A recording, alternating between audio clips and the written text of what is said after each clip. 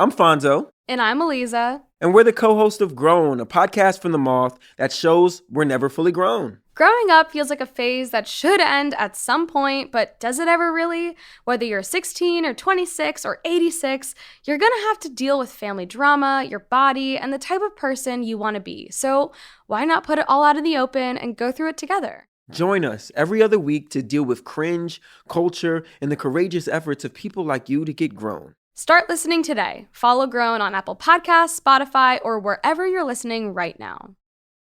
I have a confession to make.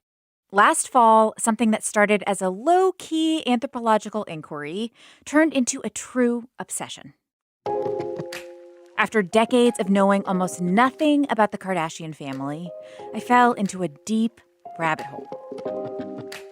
I watched all 20 episodes of their new reality show. I started following 3 of the sisters on Instagram. And I even bought something from Kim's shapewear company. Although I was fully aware of the insidious marketing tactics baked into everything they do, I couldn't help being fully sucked into their world. And I know exactly why. It sells me everything I've been programmed to believe is worth having. Endless access to products and services to make my skin flawless, a personal trainer to give me the best workouts tailored for my body, and effortless access to organic food. In other words, it's showing me what it would look like to have that elusive thing I desire. Wellness. This is Embodied. I'm Anita Rao.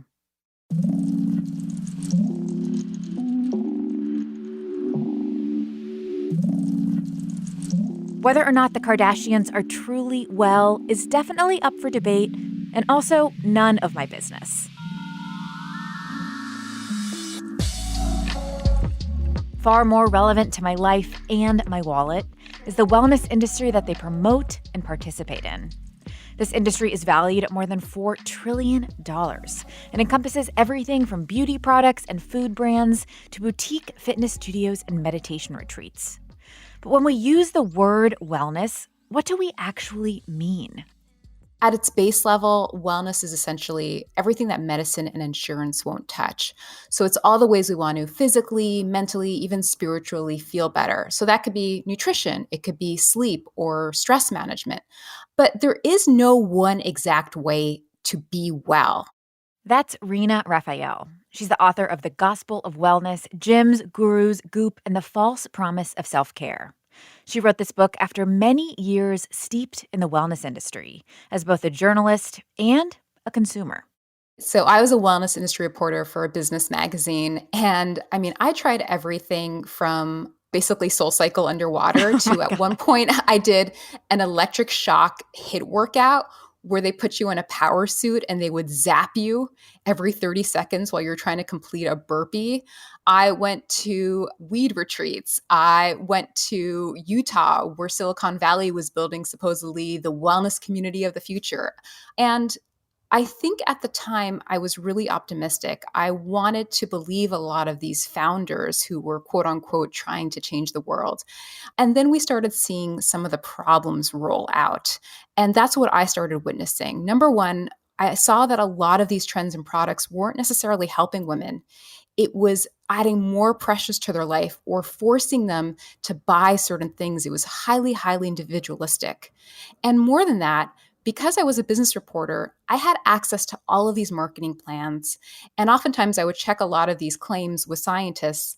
And I had to realize that a lot of these very exaggerated claims had very little, if any, scientific evidence behind them. Rina's book covers issues that trickle into many facets of our culture, but her primary focus was on American women, who make up 50% of leadership roles in the fitness and wellness industry and 65% of workers in the field overall. They're also the assumed target of many wellness products. In the online beauty publication Birdie, contributing writer and chef Ariane Resnick writes, "Many hopeful article concepts land unsolicited in my inbox, sent by representatives of everything from supplement brands to fitness apps to beauty products. If they're bulk mailers, the greetings are always, 'Hey ladies,' or something similar. As someone who writes about wellness, the products I'm pitched on are usually by women, and they are nearly always, with rare exceptions, exclusively for women." If you're to believe the polls and surveys, women are more stressed than men. So this industry is responding to complaints. At the same time, they also sort of prey on their vulnerabilities and desires. And this could be tying products to an aspirational lifestyle or resorting to fear marketing tactics where if they will tell women, if you don't buy our product, if you don't do this ritual, then your life is going to get even worse. Or let's say you're putting your family's nutrition in danger. So you got really into the marketing aspect, and that's something that I really want to talk about because as I've been reading your book, I've been looking around my own house and seeing so many things and being like, oh boy, I fell for this, or I don't actually know what this product is saying. So I'd love to talk a bit about marketing, and maybe we can start with talking about the word natural and how the word natural is used in the wellness industry context, and what you started to unpack about that word. Yeah. So I fell for a lot of these things too. It doesn't mean that you're dumb or you're an uninformed consumer. What it means is that you've been targeted. This marketing is just so good and it's so clever. It's really, really hard to unpack some of it. In terms of natural, I would see things like natural beauty, at my local Sephora. And I think oftentimes when you see something repeated over and over again, you just sort of take it at face value. But the truth is that number one, there are no lipstick trees, right? There are no eyeshadow bushes. Like this idea that, a cosmetic can be natural is kind of absurd. Everything is made of chemicals, even fruit. This is why the term chemical free is just so absurd. But also, it really speaks to our bias of that we assume that everything that is natural is better. And that's simply not true. That's ignoring, poisonous mushrooms, earthquakes, asbestos, a whole bunch of things. It's just not true. But it's a bias that we have, and this industry really, really preys upon that. And in my book, for example, I speak to a food scientist who told me that she worked at an organic brand that would use these type of tactics. And they would just, the scientists would clash with the marketing team and they'd say, this just isn't true. And the marketing team would say, well, this will sell and we can scare parents about chemicals. So we're going to run with it. That's kind of what's happening with a lot of these brands. I'm not saying every brand, but some of these brands.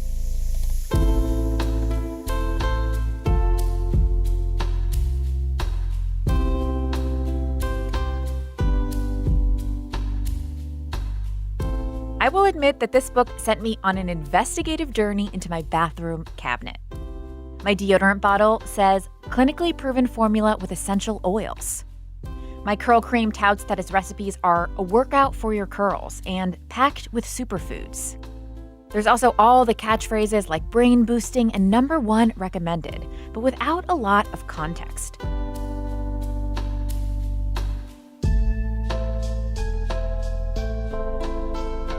The wellness industry has also co-opted and commodified more conceptual ideas around health, like self-care. Self-care was a medical term at a certain point about how people can sort of manage their own health. And at a certain point, it was also adopted by marginalized communities that really sort of banded together for communal care of how the community can come together and really manage their health and medical treatments. But what you see today is that it's been butchered into something that is highly consumerist and individualized. Self-care today is all about the things that you can do on your own, and usually something you have to buy. And not just something you need to buy, but something very expensive. So, we ride our Pelotons alone in our room. We take bubble baths alone in our bathtub. We buy skincare masks and put them on alone. It's all these very lonely things, and then we wonder why we're in a loneliness epidemic in the United States. So that's one of the issues I have with the term self-care, because I don't think it's real self-care. And it also puts the onus on the individual. So you'll see this with like workplace wellness programs, where if you go to the director and say, wow, I can't keep up with this workload. It's too much work. I'm very stressed out and I'm not sleeping. You might get an answer like, well, have you tried a meditation program? Instead of them looking at why you might be stressed. So self-care today kind of divorces itself from social, political, economical context. And so that really sets you off to self-blame. It's all on you to fix what's wrong. It's just these band-aids, right? You're not looking at the root issues of why you're stressed. Instead, they're telling you that you're stressed because you don't take enough bubble baths. So let's talk about some of the reasons why we do feel unwell and some of those that are more structural. You mentioned medicine and the healthcare industry.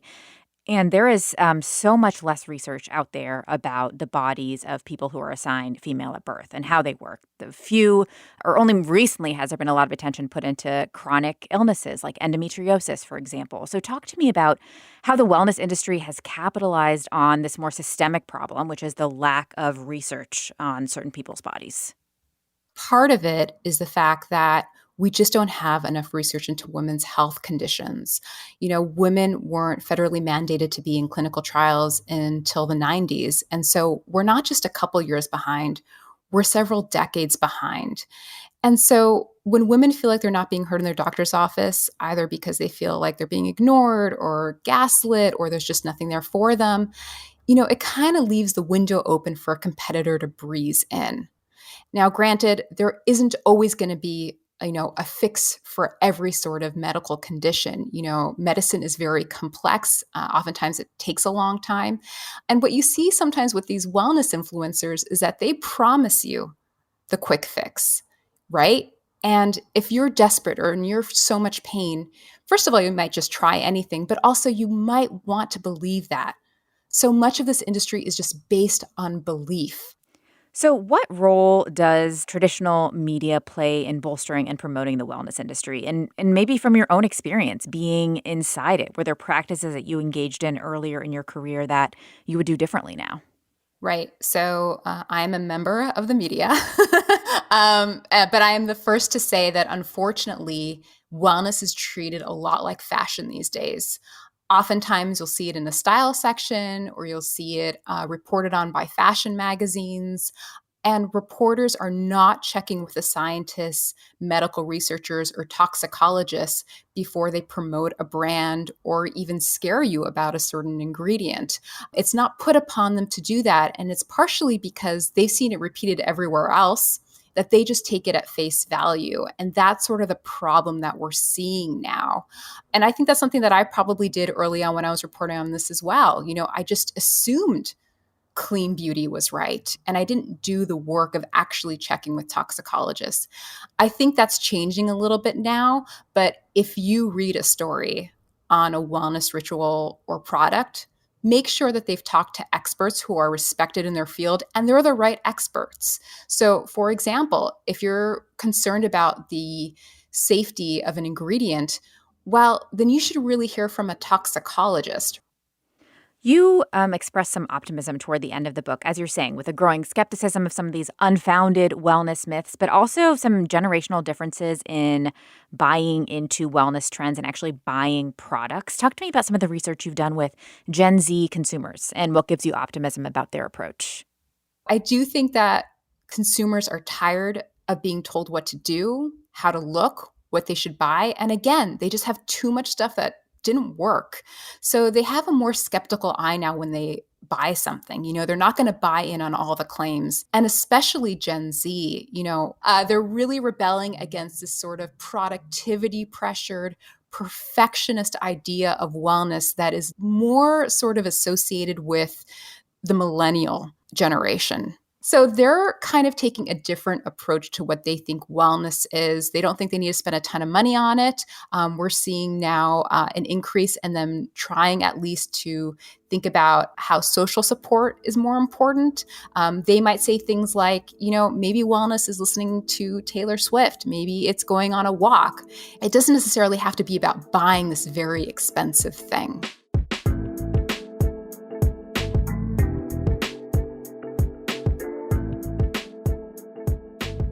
So we've talked about, being more savvy consumers and the role that can play in being more critical of the wellness industry or just thinking more about how we approach it. But what are some of the structural changes that you'd like to see to improve people's health and wellness on a more global scale beyond just the individual?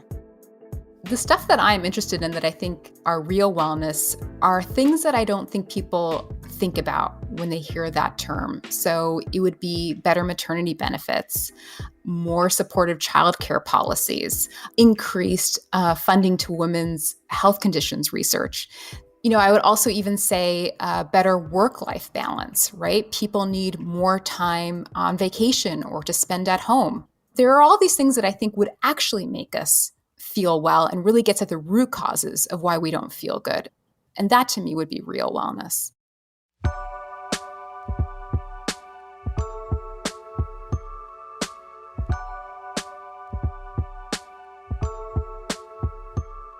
We are living in a moment where our wellness industrial complex is marketing a lot of messaging to us around wellness. Part of the messaging implies that we are on some level fundamentally broken. It not only creates clutter and creates issues for us, but it also distracts us from what is actually the path to allowing our well-being to be at the foundation of our lives. Healthy sleep, nourishing our bodies, and moving our bodies.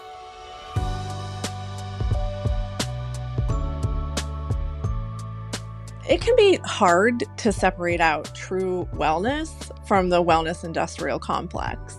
But there are two key ways that we can differentiate between profit-driven wellness and things that will improve our real holistic well-being. The first is to be wary of things that are trying to change or fix us. True wellness, it's about loving, not changing. The second way to differentiate is to pay attention to who is trying to make real, systemic, community-based changes, and who is pretending like health and wellness are strictly a result of personal choices. Systemic oppression is real, the climate crisis is real. Real wellness is a loving, interconnected way of being with the world around us.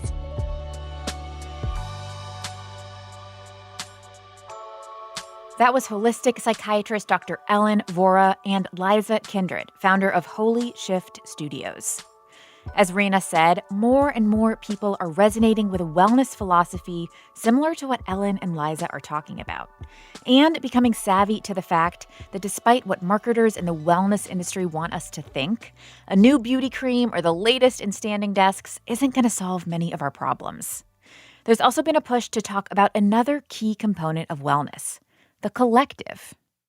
Not often are people talking to us about how we integrate to become truly and fully well, right?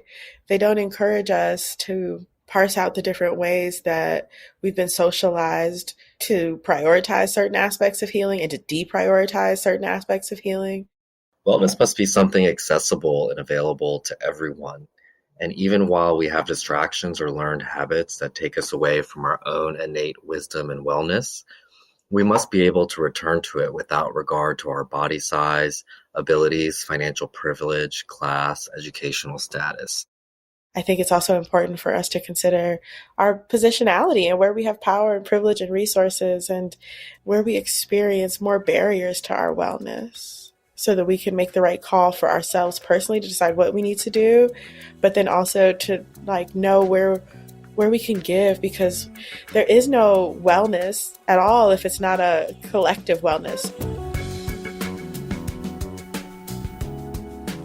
I think oftentimes the wellness industry promotes wellness through a capitalistic lens. While this is inevitable to some degree, it can carry with it many vulnerabilities, including conflating wellness with having a certain type of body or hairstyle or financial privilege. I believe the true window into wellness is one of abundance. I know we are on the right track with wellness when our cups are so abundantly full that we work towards bringing wellness into the lives of others.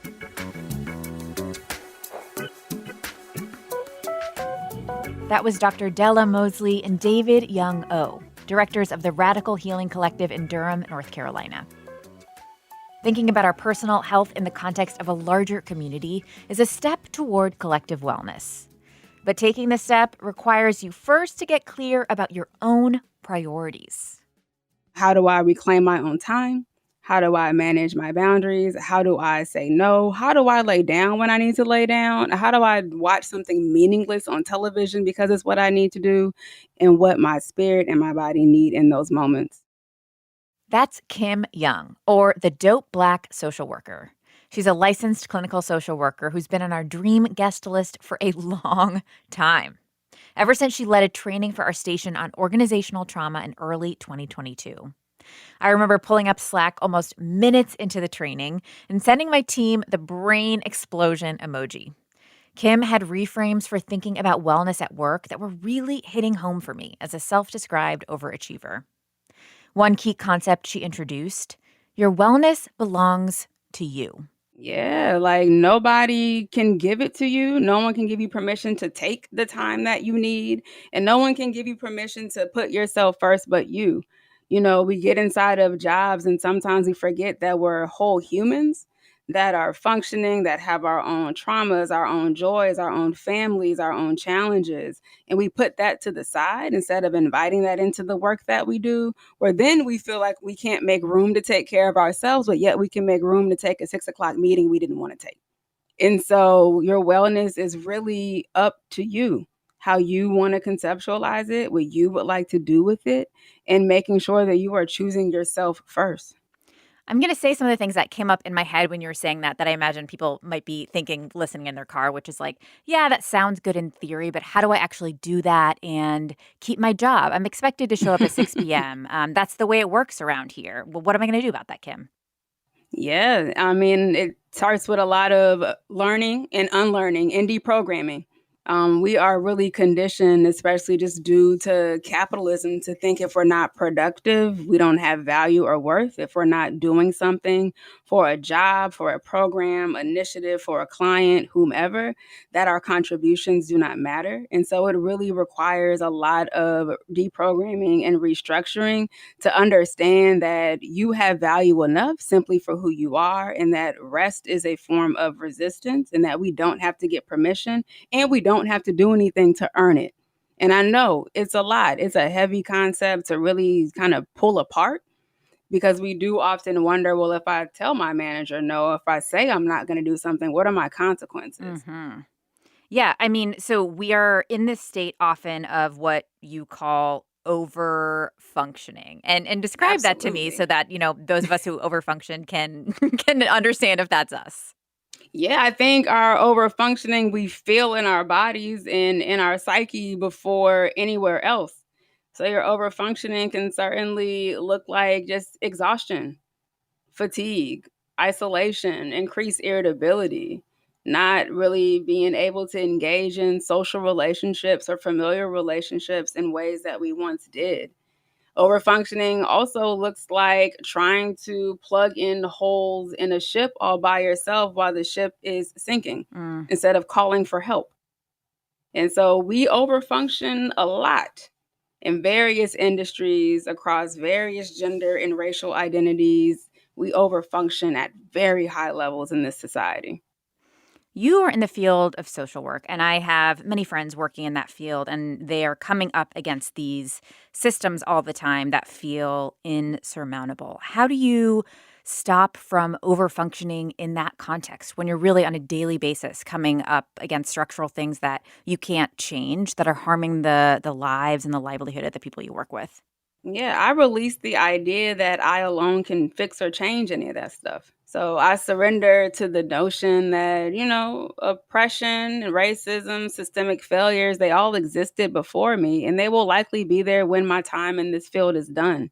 It doesn't make me apathetic, though. It doesn't make me believe that I can't do good and have major contributions, but I have perspective that I alone will not solve for those issues. I did not create those problems, nor do I benefit from those problems. And so I released the idea that I alone can do anything to fix really big and really heavy social issues.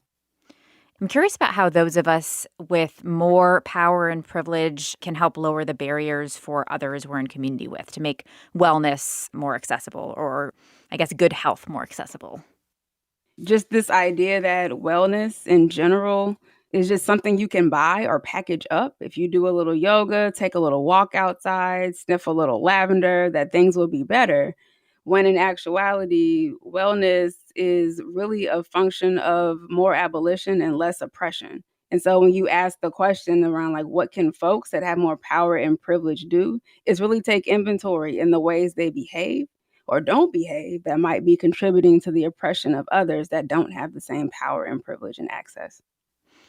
So if you are in a job circumstance where maybe you feel like you're not the one with a lot of power, you're in the bottom of the hierarchy, for example, or you're new to the job, you're new to the industry, what are some reframes you'd offer to them to feel more power or acknowledge the power that they already have? Yeah, everybody has power. We've been tricked into believing that we don't, but everyone at every single level has some sort of power. And I know Eric Liu talks about it, and you're as powerful as you think. And it's this idea that a lot of people are just illiterate in power. They don't understand how it functions, what to do with it, if they have any. And so I would really just encourage people to reframe their thinking when you feel powerless. That is a function of power. Someone else has used their power to make you feel and believe that you do not have power, when the truth is you have it and you've had it all along. Just a matter of standing in it and figuring out what you would like to do with it. Well, damn. I'm going to have to be journaling about that one for the next month.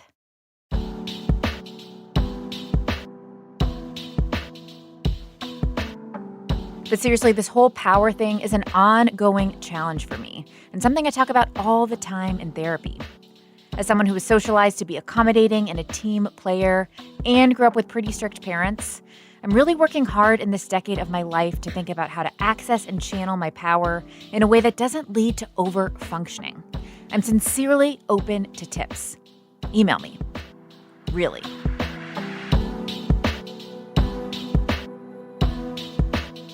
One way Kim is asserting her power and prioritizing her health at work is that she's already planned her retirement from social work in 7 years. She's in her early 30s now and wants to switch gears away from the social work field in 2030 to make way for the next generation, to acknowledge that this service is hard work, and to think about what it looks like to plan for wellness not just for today, but for your lifetime. It's the freedom of choice.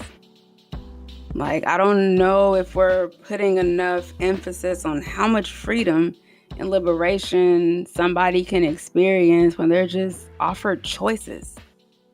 So maybe not having to choose to take on a second job in order to cover their expenses and then have to sacrifice various wellness practices, or not choosing to take on a new project at work because they don't feel like they're trusted by a manager or a supervisor.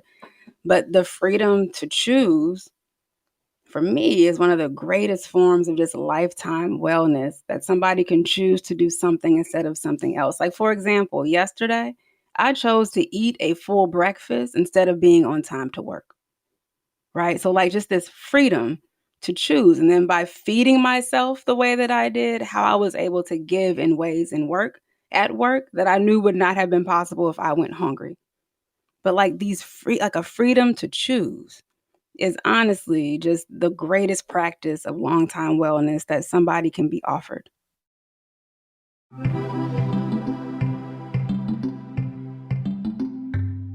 Embodied is a production of North Carolina Public Radio WUNC, a listener-supported station.